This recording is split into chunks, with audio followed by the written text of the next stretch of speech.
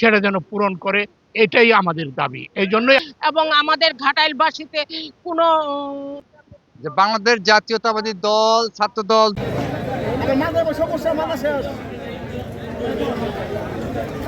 অভিনন্দন, ধন্যবাদ জানিয়েছি। শুধু এইটুকু বলতে চাই,